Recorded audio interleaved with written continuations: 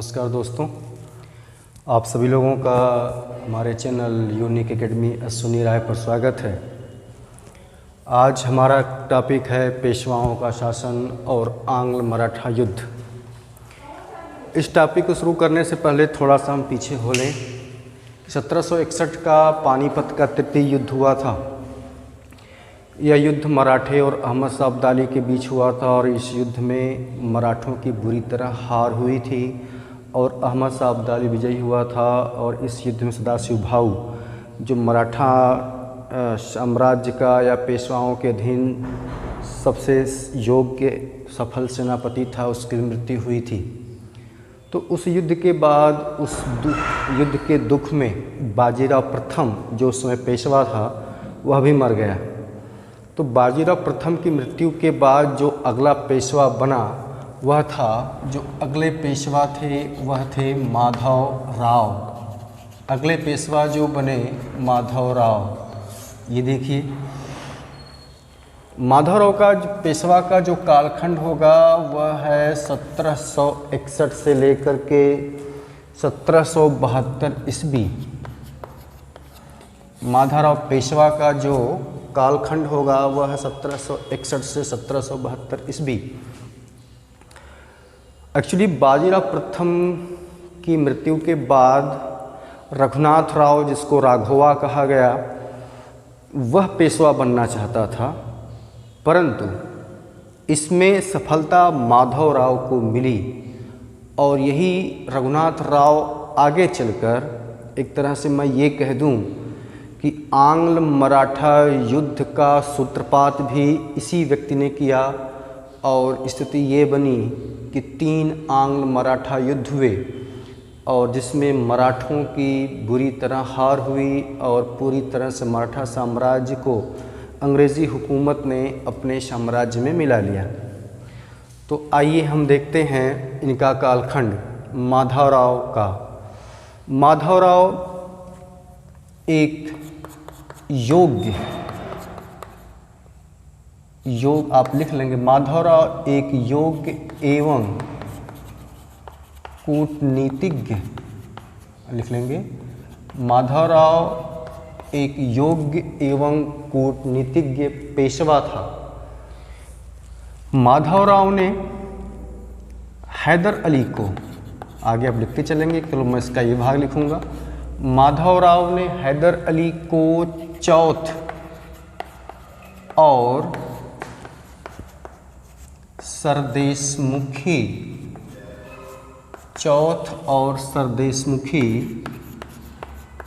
देने के लिए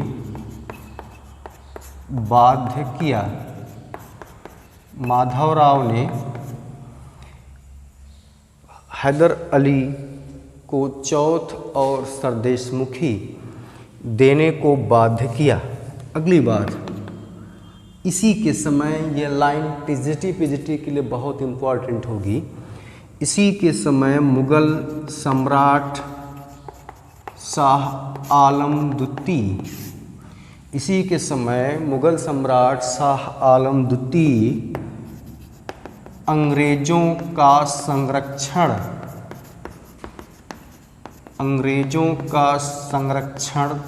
त्याग कर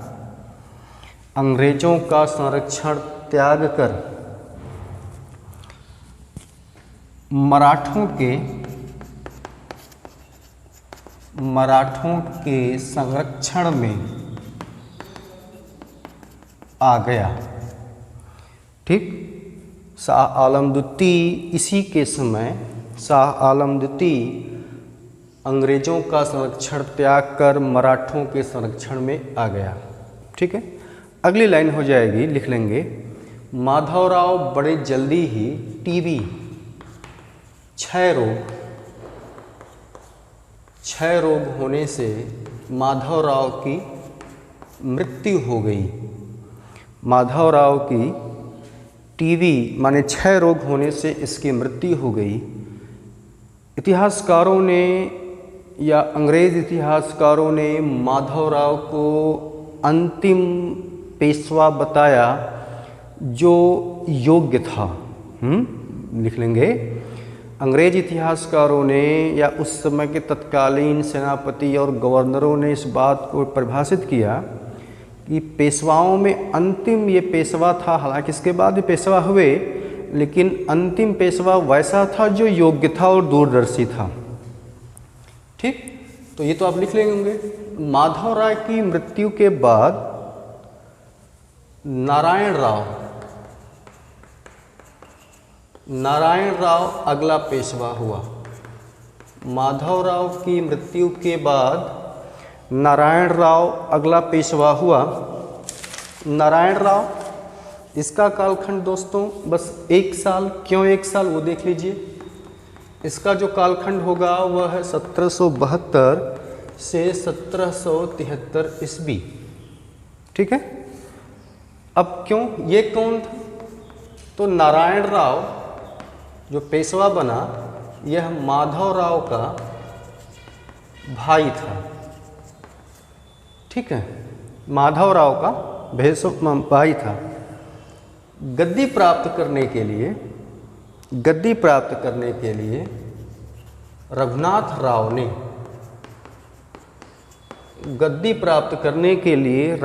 राव ने नारायण राव की हत्या कर दी। गद्दी प्राप्त करने के लिए नारायण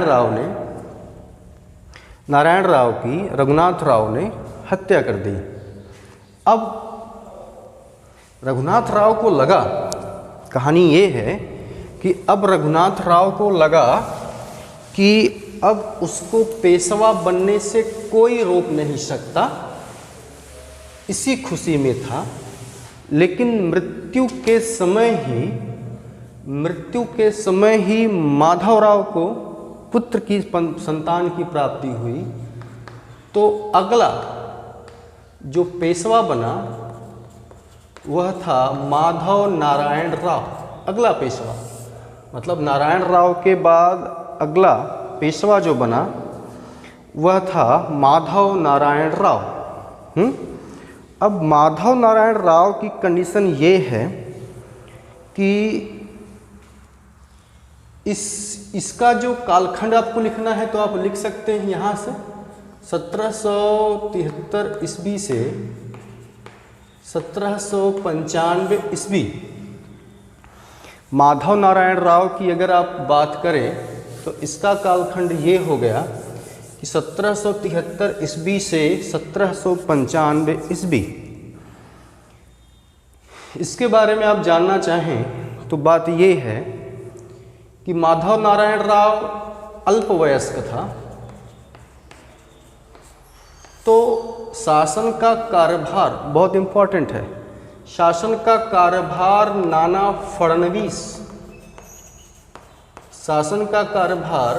नाना फडणवीस के हाथों में था। ठीक है, नाना फडणवीस ने मराठा साम्राज्य को एकीकृत किया और जो निर्णय लिए जाते वह 12 काउंसिल, बहुत इम्पोर्टेंट है, 12 काउंसिल के द्वारा जो निर्णय लिए जाते वह 12 काउंसिल मतलब 12 परिषद। ठीक है, 12 परिषद काउंसिल की नियुक्ति की और उसी के द्वारा निर्णय लिए जाते। 12 काउंसिल का शाब्दिक अर्थ होता था बड़ा भाई। बड़ा भाई की हैसियत से नाना फडणवीस मराठों के लिए निर्णय लेता था।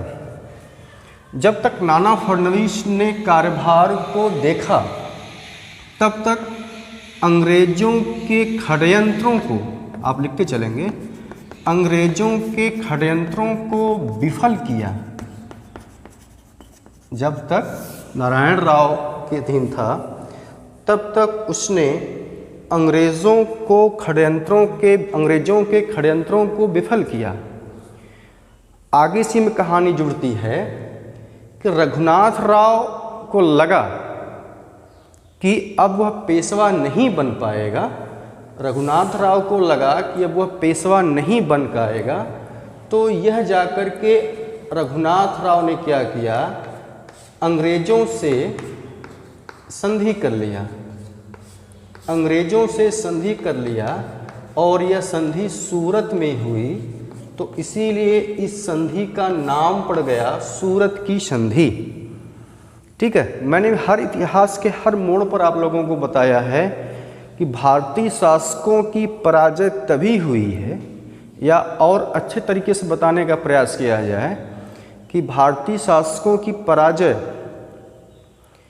के पीछे कुछ विश्वासघाती रहे हैं, जिन्होंने हर साम्राज्य की कमियों को अंग्रेज़ों को बताने का प्रयास किया। और अंग्रेज़ तो इसी ताक में बैठे हैं कि कोई असंतुष्ट सेनापति, कोई असंतुष्ट साम्राज्य का महत्वपूर्ण व्यक्ति आकर के हमसे मिले और उसी बहाने हम उस साम्राज्य में दखलंदाजी करें।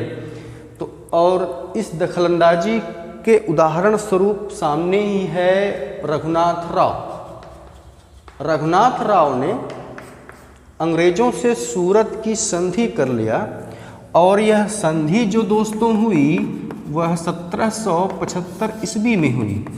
जो यह संधि हुई वह 1775 ईस्वी में हुई। इस संधि की शर्तें क्या थी ये देखिए। इस संधि की शर्तें ये थी कि 2500 सैनिक, बड़े ध्यान से देखो दोस्तों, सारे कारण आपको मिलेंगे और मूल्यांकन कीजिए। इस संधि की शर्तें ये थे कि 2500 सैनिक, या आप और क्लियर 2500 अंग्रेज़ों के सैनिक, 2500 अंग्रेज सैनिक नहीं, 2500 अंग्रेज़ों के सैनिक। तो इसमें अंग्रेज़ भी होते थे और भारतीय भी होते थे। 2500 अंग्रेज सैनिक ये जो है रघुनाथ राव की मदद करेंगे। ये रघुनाथ राव की मदद करेंगे और उसका खर्चा, बहुत ध्यान सुने, उसका खर्चा, उन सैनिकों का खर्चा जो है, इन सैनिकों का जो खर्चा, वेतन, खाद्य सामग्री, तो एक लाइन में खर्चा रघुनाथ राव को ग्रहण करना था, रघुनाथ राव को वहन करना था। मतलब वो वाली हाल हुई अंग्रेजों का कि सांप भी मर जाए और लाठी भी न टूटे। मतलब ये कहने को केवल सहायता करने के लिए थे। उसी बहाने अंग्रेज़ों को जो सैनिकों का व्यय था वह अंग्रेज़ों के सर के भार से हट गया। वह किसके ऊपर आ गया? रघुनाथ राव के ऊपर आ गया। तो ये तो सहायता करेंगे, इसके बदले में रघुनाथ राव अंग्रेज़ों को क्या देगा ये देखिए। इसके बदले सूरत, इसके बदले अंग्रेज़ों को रघुनाथ राव सूरत और भड़ोज की आय का आधा भाग देगा। सूरत और भड़ोज की आय का आधा भाग देगा और सालसेट, बसीन के टापू, सालसेट कामा बसीन के आसपास के जो टापू हैं वह अंग्रेज़ों को दिए जाएंगे। तो अंग्रेज यहाँ भी प्रॉफिट की कंडीशन में है और यहाँ भी प्रॉफिट की कंडीशन है। मतलब अंग्रेज़ों की ज़बरदस्त कूटनीति को अगर हम एक सा भाषा में परिभाषित करने का प्रयास करें कि नो लॉस मैक्सिमम गेन, हमारा नुकसान कुछ न हो और सफलता हमको या लाभ हमको अधिक से अधिक मिले, इसी तर्ज पर अंग्रेज चल रहे थे। और यही वो कारण बना जो प्रथम आंग्ल मराठा युद्ध का कारण बना। तो अब हमारी टॉपिक हो जाएगी प्रथम आंग्ल मराठा युद्ध। प्रथम आंग्ल मराठा युद्ध 1775 से लेकर 1792, 4 साल तक चला था। 1775 से लेकर 1792 ये जो आंग्ल मराठा युद्ध हुआ, ये स्ट्रगल फॉर सुपरमेसी था।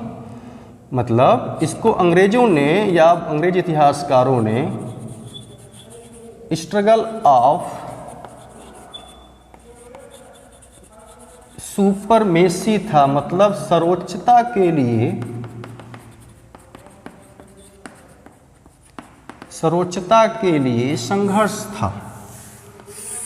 इसमें कंडीशन क्या थी ये देखिए, 1775-1792 का कालखंड आप समझने का प्रयास करें तो इस समय 1757 का प्लासी का युद्ध हो चुका था और 1764 बक्सर का युद्ध हो चुका था। ये आप पढ़ चुके हैं। 1764 का बक्सर का युद्ध हो चुका था और इस युद्ध में अंग्रेज़ों ने मुग़लों को हराया, अवध के नवाब शुजाउद्दौला को हराया और बंगाल के नवाब मीर कासिम को हराया था। तो इस युद्ध के बाद अंग्रेज़ों को पर्याप्त धन और यश दोनों प्राप्त हुआ था। ठीक, अब इसके बाद क्या हुआ, कंडीशन यहाँ बनती है कि 1765 में बंगाल में, मैं बता चुका हूँ बंगाल वाले टॉपिक में, आप वहाँ फिर देखिएगा, 1765 में दोहरी शासन पद्धति लागू की गई थी बंगाल में। आपको मैंने बता चुका हूँ, बंगाल में दोहरी शासन पद्धति, ड्वेल सिस्टम लागू किया गया था, जो 1765 से लेकर 1772 तक था और इसमें 2 शासक थे। ये मैं बता चुका हूँ डिटेल से, आप वहाँ जाके पढ़िए। तो यही दोहरी शासन पद्धति को क्लायू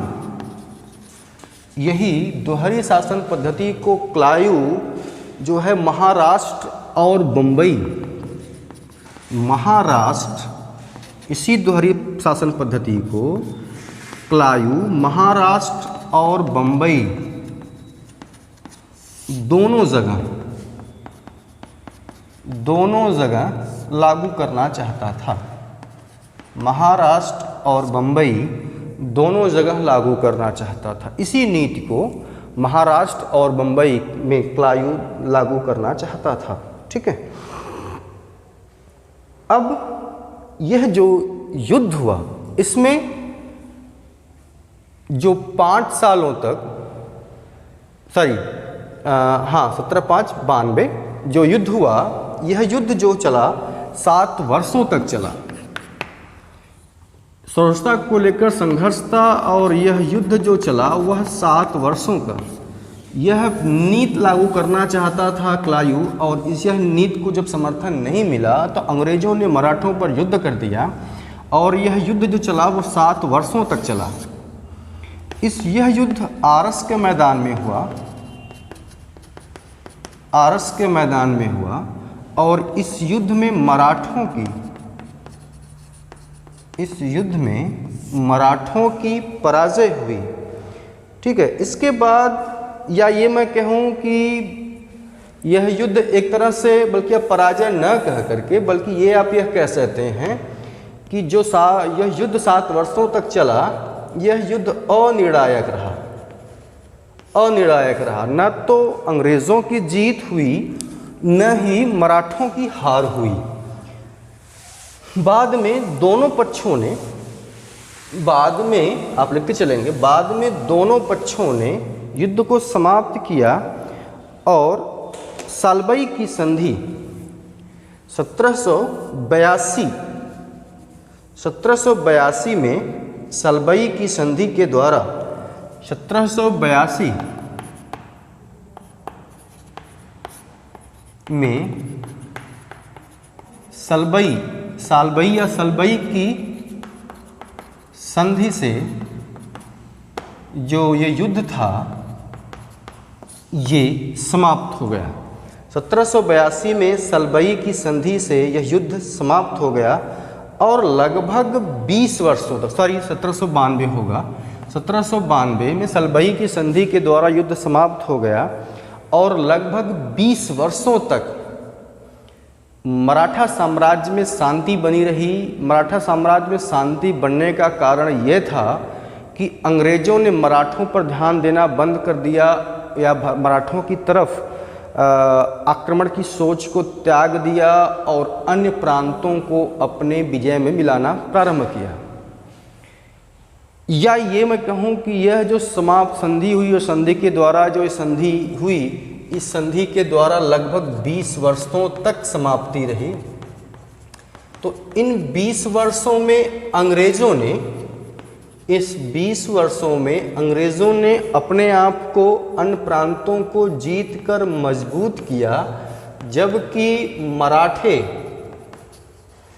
मराठे जो थे वह आपसी संघर्ष में, मराठे थे जो आपसी संघर्ष में उलझे रहे और अंग्रेज़ों के नए आक्रमण की तरफ ध्यान इन लोगों ने नहीं दिया और इसी का कारण बना कि द्वितीय आंग्ल मराठा युद्ध हुआ।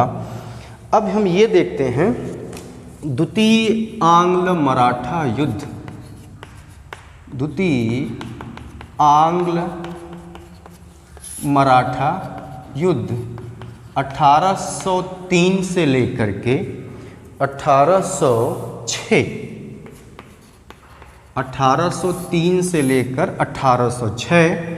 इसमें कुछ अन्य घटनाएं घटेंगी जो आज नहीं, अगली क्लास में मैं द्वितीय आंग्ल मराठा युद्ध और तृतीय आंग्ल मराठा युद्ध दोनों को एक साथ पढ़ाऊंगा और समाप्त कर दूंगा। इस प्रकार मराठा साम्राज्य आपका शिवाजी से प्रारंभ होगा, पेशवाओं के इतिहास से होते हुए अंग्रेज़ों तक चलेंगे। क्योंकि मैं इतिहास को बीच से नहीं पढ़ा रहा, मैं क्रम को तोड़कर नहीं पढ़ा रहा, अकॉर्डिंग टू क्रम से पढ़ा रहा, ताकि आप जब भी हमारी क्लासेस देखें तो आपको हर एक चैप्टर क्रम से मिले। इसके लिए आप हमारा चैनल लाइक कीजिए, सब्सक्राइब और अपने दोस्तों में शेयर कीजिए।